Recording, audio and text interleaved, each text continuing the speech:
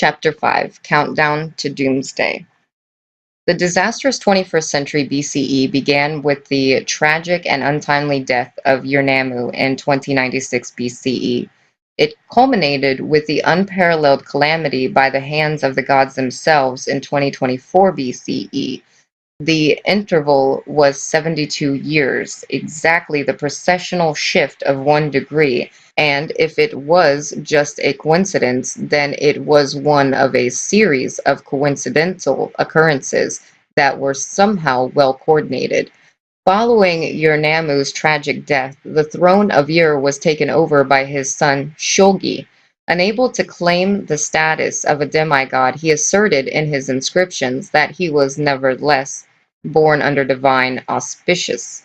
The god Nannar himself arranged for the child to be conceived in Enlil's temple in Nippur through a union between Ur-Nammu and Enlil's high priestess, so that a little Enlil, a child suitable for kingship and throne, shall be conceived.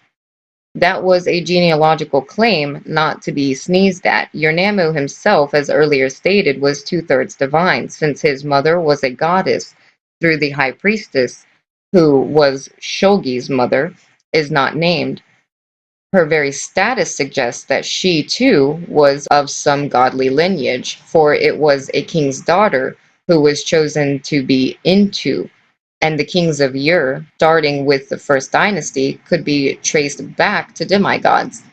That Nannar himself arranged for the union to take place in Enlil's temple in Nippur was also significant. As previously stated, it was under Ur-Nammu's reign that for the first time the priesthood of Nippur was combined with the priesthood of another city, in this case with the one in Ur.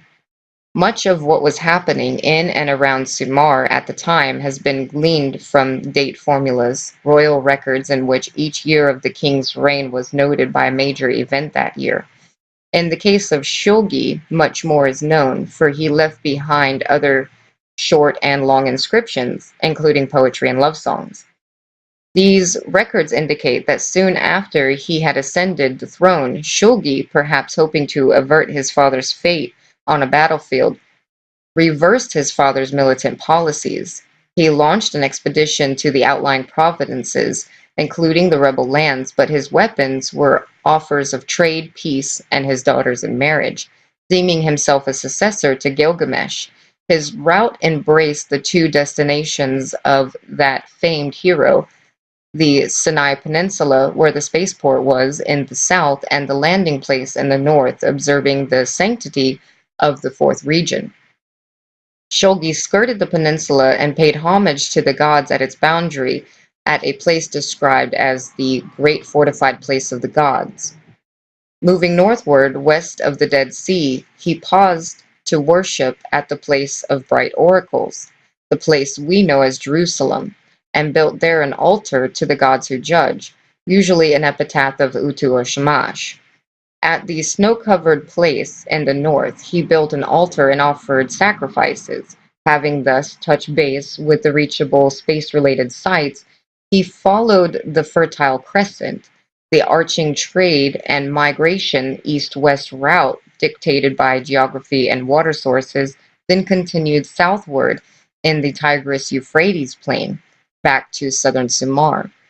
When Shulgi returned to Ur, he had every reason to think that he had brought to gods and people alike peace in our time, to use a modern analogy. He was granted by the gods the title High Priest of Anu, Priestess of Nannar. He was befriended by Utu Shamash and was given the personal attention of Inanna Ishtar, boasting in his love songs that she granted him her vulva in her temple. But while Shulgi turned from affairs of state to personal pleasures, the unrest in the rebel lands was continuing. Unprepared for military action, Shulgi asked his Elamite ally for troops, offering its king a reward, one of his daughters in marriage, and the Sumerian city Larsa as dowry. A major military expedition employing those Elamite troops was launched against the sitting cities in the west. The troops reached the fortified place of the gods at the fourth region boundary. Shulgi, in his inscriptions, boasted of victory, but in fact, soon thereafter, He started to build a fortified wall to protect Sumar against foreign incursions from the west and from the northwest. The date formulas called it the Great West Wall, and scholars believe that it ran from the Euphrates to the Tigris rivers, north of where Baghdad is situated nowadays, blocking to the invaders the way down the fertile plain between the two rivers. It was a defensive measure that preceded the Great Wall of China, which was built for similar reasons, by almost 2,000 years. In 2048 BCE, the gods led by Enlil had enough of Shogi's state failures and personal dulce vita, determining that the divine regulations he did not carry out. They decreed for him the death of a sinner. We don't know what kind of death that was, but it is a historic fact that in that year he was replaced on the throne of Ur by his son Amar Sin, of whom we know from the inscriptions that he launched one military expedition after another to quell a revolt in the north, to fight an alliance of 5 kings in the west. As in so much else, what was happening had root causes going back, sometimes way back, to earlier times and events. The rebel lands, though in Asia and thus domains in the Enlilite lands of Noah's son Shem, were inhabited by very Canaanite offsprings of the biblical Canaan, who, though descended from Ham and thus belonging to Africa, occupied a stretch of Shem's lands, Genesis chapter 10. That the lands of the west along the Mediterranean coast were somehow disputed territory was also indicated by the ancient Egyptian texts regarding the bitter contest between Horus and Seth that ended the aerial battles between them over the Sinai and the same contested lands. It is noteworthy that in their military expeditions to subdue and punish the rebel lands in the west, both Ur-Nammu and Shogi reached the Sinai Peninsula but turned away from that fourth region without entering it. The prize there was a place called Tilmun, the place of the missiles, the site of the post-diluvial spaceport of the Anunnaki. When the Pyramid Wars ended, the sacred fourth region was entrusted to the neutral hands of Ninmah, who was then renamed Ninharsag, Lady of the Mountain Peaks, but actual command of the spaceport was put in the hands of Utu Shamash, here shown in his winged dress uniform, commanding the spaceport's eaglemen. That, however, appeared to change as the struggle for supremacy intensified. Inexplicably, various Sumerian texts and god lists started to associate Tilmun with Marduk's son, the god Insag Nabu. Enki was apparently involved in that, for a text dealing with the affair between Enki and Ninharsag states that the two of them decided to allocate the place to Marduk's son. Let Insag be the lord of Tilmun, they said. The ancient sources indicate that from the safety of the sacred region, Nabu ventured to the lands and cities along the Mediterranean coast, even to some Mediterranean islands, spreading everywhere the message of Marduk's coming supremacy. He was thus the enigmatic Son of Man. Of the Egyptian and Akkadian prophecies, the divine son who was also a son-man, the son of a god and of an earthling woman. The Enliliites, understandably, could not accept such a situation, and so it was that when Amar Sin ascended the throne of Ur after Shogi, the targets and strategies of the Ur-3 military expeditions were changed in order to reassert Enliliite control over Tilmun, to sever the sacred region from the rebel lands, then pry loose those lands from the influences of Nabu and Marduk by force of arms. Starting in 2047 BCE, the sacred fourth region became a target and a pawn in the Enliliite struggle with Marduk and Nabu.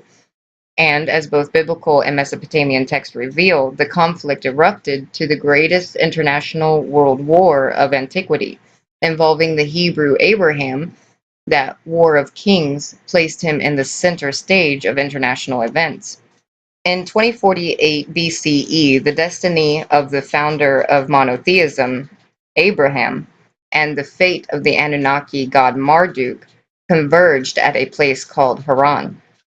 Haran, the caravanserai, was an important trading center from the time immemorial in Haiti, the land of Hades. It was located at the crossroads of major international trade and military land routes, situated at the headwaters of the Euphrates River. It was also a hub for rivers transportation all the way downstream to Ur itself, surrounded by fertile meadows, watered by the river's tributaries, the Balak and the Kabur rivers. It was at the center of sheep herding. The famed merchants of Ur came there for Haran's wool and brought in exchange to distribute from there Ur's famed woolen garments. Commerce in metals, skins, leather, woods, earthenware, products, and spices followed. The prophet Ezekiel, who was exiled from Jerusalem to Kabur area in the Babylonian times, mentioned Haran's merchants in choice fabrics, embroidered cloaks of blue and many-colored carpets. Haran, the town by that very name, still exists in Turkey, near the border with Syria, and was visited by me in 1997. Was also known in ancient times as Ur, away from Ur. At its center stood a great temple to Nanar Sin. In 2095 BCE, the year in which Shulgi took over the throne in Ur, a priest named Terah was sent from Ur to Haran to serve at that temple. He took along his family. It included his son Abram. We know about Terah, his family, and their move from Ur to Haran from the Bible. Now these are the generations of Terah. Terah begot Abram, Nahor, and Haran. And Haran begot Lot. And Haran died before his father Terah, in his lands of birth, in Ur, in Chaldea. And Abram and Nahor took wives. The wife of Abram was named Sarai, and that of Nahor's wife Milcah. And Terah took with him his sons Abram and Lot, the sons of his son Haran, and his daughter-in-law Sarah, and went forth with them from Ur in Chaldea by the way of Canaan, and they reached Haran and resided there. Genesis chapter 11, 27 through 31. It is with these verses that the Hebrew Bible begins the pivotal tale of Abraham, called at the beginning by his Sumerian name, Abram. His father, we are told earlier, stemmed from a patriarchal line that went all the way back to Shem, the oldest son of Noah, the hero of the deluge. All those patriarchs enjoyed long lives. Shem to the age of 600, his son Arpachshad 438, and subsequent male offspring to 433, 460, 239, 230 years. Nahor, the father of Terah, lived to age 148, and Terah himself, who fathered Abram when he was 70 years old, lived to the age of 205. Chapter 11 of Genesis explains that Arpachshad and his descendants lived in the lands later known as Sumar and Elam and their surroundings. So Abraham, as Abram, was a true Sumerian. This genealogical information alone indicates that Abraham was of a special ancestry. His Sumerian name, Ram, meant father's beloved, an appropriate name for a son finally born to a 70-year-old father. The father's name Terah stemmed from the Sumerian epithet name Tirahu. It designated an oracle priest, a priest who observed celestial signs or received oracle messages from a god and explained or conveyed them to a king.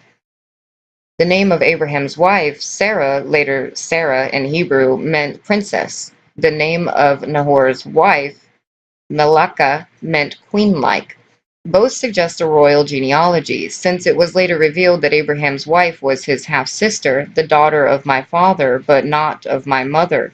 He explained, it follows that Sarah's mother was of royal descent. The family thus belonged to Sumer's highest echelons, combining royal and priestly ancestries. Another significant clue to identifying the family's history is the repeated reference by Abraham to himself when he met rulers in Canaan and Egypt as being an Ibri, a Hebrew. The word stemmed from the root abor, to come across, to cross. So it has been assumed by biblical scholars that by that he meant that he had come across from the other side of the Euphrates River, i.e., from Mesopotamia. But I believe that the term was more specific.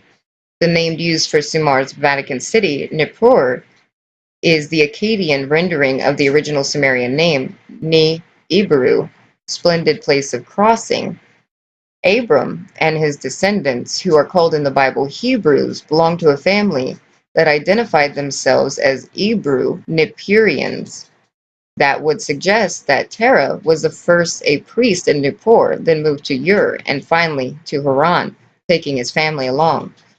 By synchronizing biblical Sumerian and Egyptian chronologies as detailed in the Wars of Gods and Men, we have arrived at the year 2123 BCE as the date of Abram's birth. The gods' decision to make Nanar Sin cult center Ur the capital of Sumar and to enthrone Ur-Nammu took place in 2113 BCE. Soon thereafter, the priesthoods of Nippur and Ur were combined for the first time.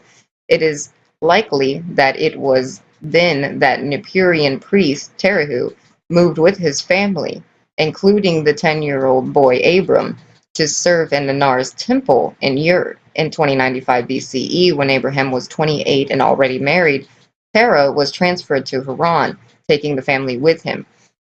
It could not have been just a coincidence that it was the very same year in which Shulgi succeeded Ur-Nammu.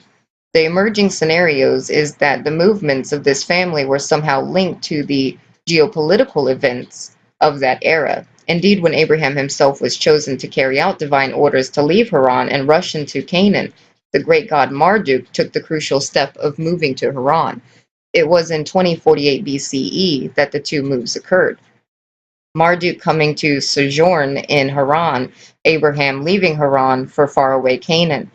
We know from Genesis that Abram was 75 years old, and it was thus 2048 BCE that when he was told by God, "Get thee out of thy country, out of thy birthplace, and from thy father's house. Leave behind Sumar, Nippur, and Haran, and go unto the land which I will show thee." As to Marduk, a long text known as the Marduk Prophecy that he addressed to the people of Haran, clay tablets, provide the clue configuring the fact and the time of his move to Haran, 2048 BCE. There is no way the two moves could have been unrelated. In 2048 BCE was also the very year in which the Enlilite gods decided to get rid of Shulgi, ordering for him the death of a sinner, a move that signaled the end of "let's try peaceful means" and a return to aggressive conflict. And there is no way that this too was just a coincidence.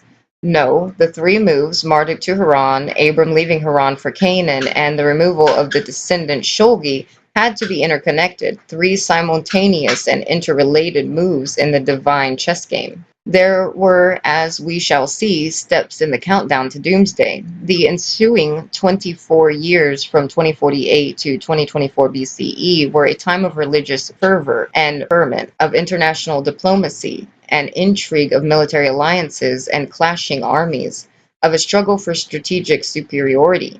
The spaceport in the Sinai Peninsula and the other space-related sites were consistently at the core of events. Amazingly, various written records from antiquity have survived, providing us not just with an outline of events, but with great details about the battles, the strategies, the discussions, the arguments, the participants, and their moves and crucial decisions that resulted in the most profound upheaval on the earth since the deluge. Augmented by the date formulas and varied other references, the principal source for reconstructing those dramatic events are the relevant chapters in Genesis, Marduk's autobiography, known as the Marduk Prophecy, and a group of tablets in the Spratoli collection in the British Museum known as the Kahadorla Omer text, and a long historical autobiographical text dictated by the god Nergal to be a trusted scribe, a text known as the Era Opus, as in a movie, usually a crime thriller, in which the various eyewitnesses and principals describe the same event not exactly the same way, but from which the real story emerges. So are we able to reach the same results in this case? Marduk's main chess move in 2048 BCE was to establish his command post in Haran. By that, he took away from Nanar Sin this vital northern crossroads and severed Sumar from the northern lands of Hyades. Beside the military significance, the move deprives Sumar of its economically vital commercial ties. The move also enabled Nabu to marshal his cities towards the Great Sea to set his course. Place names in these texts suggest that the principal cities west of the Euphrates River were coming under full or partial control of the father-son team, including the all-important landing place. It was into the most populated part of the lands of the west, Canaan, that Abram was commanded to go. He left Haran, taking his wife and nephew Lot with him. He was traveling swiftly southward, stopping only to pay homage to his gods at selected sacred sites. His destination was the Negev, the dry region bordering the Sinai Peninsula. He did not stay there long. As soon as Shulgi's successor, Amar Sin, was enthroned in Ur in 2047 BCE, Abram was instructed to go to Egypt. He was at once taken to meet the reigning pharaoh and was provided with sheep and oxen and asses, and male attendants and female servants, and she-asses and camels. The Bible is mum regarding the reason for the royal treatment, except to hint that the pharaohs, being told that Sarah was Abram's sister, assumed that she was being offered to him in marriage, a step that suggests that a treaty was discussed. That such high-level international negotiations were taking place between Abram and the Egyptian king seem plausible when one realizes that the year when Abram returned to Negev after a 7-year stay in Egypt, 2040 BCE, was the very same year in which the Ban princes of Upper Egypt defeated the previous Lower Egypt dynasty, launching Egypt's unified Middle Kingdom. Another geopolitical coincidence.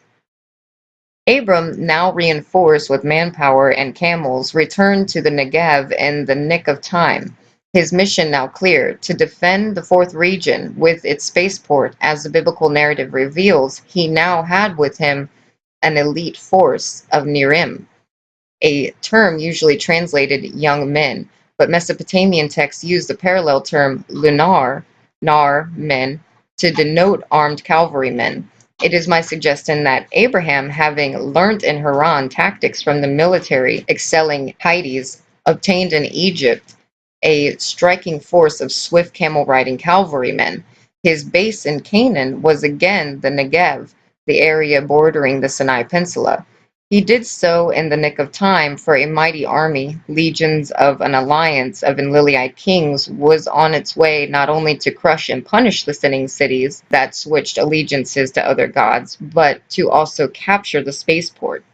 The Sumerian texts dealing with the region of Amar Sin, Shulgi's son and successor, inform us that in 2041 BCE, he launched his greatest and last military expedition against the lands of the west that fell under the Marduk-Nabu spell. It entailed an vision of unparalleled scope by an international allegiance in which not only cities of men but also strongholds of gods and their offspring were attacked. It was indeed such a major and unparalleled occurrence that the Bible devoted a whole long chapter to it, Genesis chapter 14. Biblical scholars call it the War of the Kings, for it climaxed in a great battle between an army of 4 kings of the east and the combined forces of 5 kings to the west, and culminated in a remarkable military feat by Abraham's swift cavalrymen. The Bible begins its report of the great international war by listing the kings and kingdoms of the east who came and made war in the west. And it came to pass in the days of Amphrael, king of Shinar, Ariochah, king of Elsar, Kelidorah Omer, king of Elam, and Tidal, king of Goyim. The group of tablets named the Kelidorah Omer text was first brought to scholarly attention by the Assyriologist Theophilus Pinches in a lecture at the Victoria Institute in London in 1897. They clearly describe the same events that are the Great International War, chapter 14 of Genesis, though in much greater detail. It is quite possible, indeed, that those tablets served as the source for the biblical writers. Those tablets identified the Kedorla Omer, king of Elam, as the Elamite king Kedor-Laomer, who is known from historical records. Arioch has been defined as Ir-Aku, servant of the moon god, who reigned in the city of Larsa, biblical Elasar, and Tidal, was identified as Tudgola, a vassal of the king of Elam. There has been, over the years, a debate regarding the identity of Amraphel, king of Shinar. Suggestions range all the way to Hammurabi, a Babylonian king centuries later. Shinar was the constant biblical name for Sumer, not Babylon. So, who in the time of Abram was its king? I have convincingly suggested in the Wars of Gods and Men that the Hebrew should be read not Amraphel, but Amraphil, from the Sumerian Amar Paul, a variant of Amar Sin, whose date formulas attest that he did indeed in 2041 BCE launch the War of the King. That fully identified coalition, according to the Bible, was led by the Elamites, a detail corroborated by the Mesopotamian data that highlights the reemerging leading role of Ninruta in the struggle. The Bible also dates this Caradora Omer invasion by observing that it took place 14 years after the previous Elamite incursion into Canaan, other detail conforming to the data from Shulgi's time. The invasion route this time was, however, different, shortcutting the distance from Mesopotamia by the risky passage through a stretch of desert. The invaders avoided the densely populated Mediterranean coastland by marching on the eastern side of the Jordan River. The Bible lists the place where those battles took place and who the Liliite forces battled there. The information indicates that an attempt was made to settle accounts with old adversaries, descendants of the intermarrying Agigi, even of the usurper Zu, who evidently supported the uprisings against the Liliites, but sight was not lost of the prime target, the spaceport.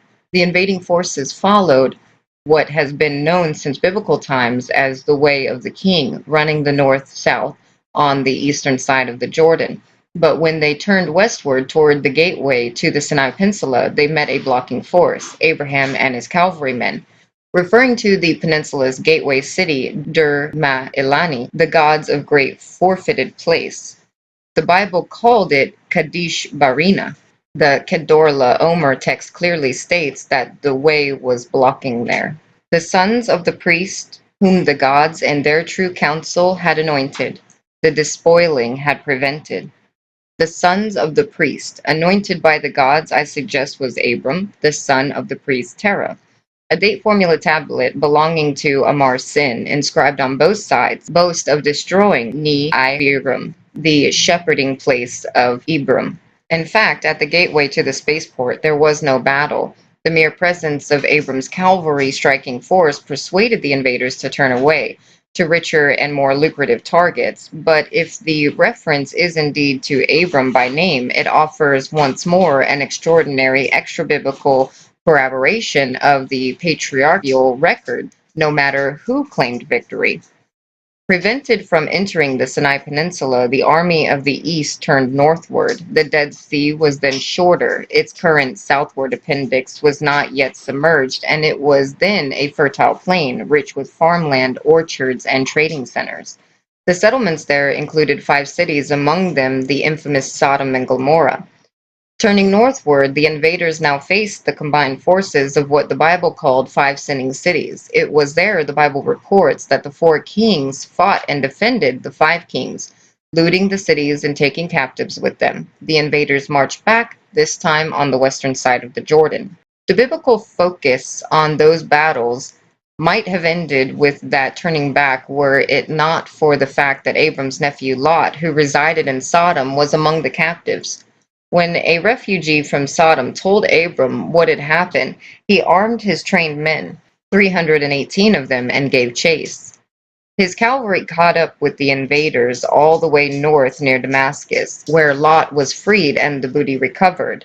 The Bible records the feat as the smiting of Kedorlaomer and the kings who were with him by Abram. The historical record suggests that as audacious and far-flung that War of the Kings had been, it failed to suppress the Marduk-Nabu surge. Amar Sin, we know, died in 2039 BCE, felled not by an army lance, but by a scorpion's bite. He was replaced in 2038 BC by his brother Shu-Sin. The data for his 9 years' reign record two military forays, northward but none westward. They speak mostly of his defensive measures. He relied mainly on building new sections of wall of the west against attacking Amorites. The defenses, however, were moved each time ever closer to Sumar's heartland, and the territory controlled from Ur kept shrinking. By the time the next and the last of Ur the Third dynasty, Ibbi-Sin ascended the throne. Invaders from the west had broken through the defensive wall and were clashing with Ur's foreign legion, Elamite troops in Sumerian territory. Directing and prompting the Westerners on toward the cherished target was Nabu. His divine father Marduk himself was waiting in Haran for the recapture of Babylon. The great gods called to an emergency council, then approved extraordinary steps that changed the future forever.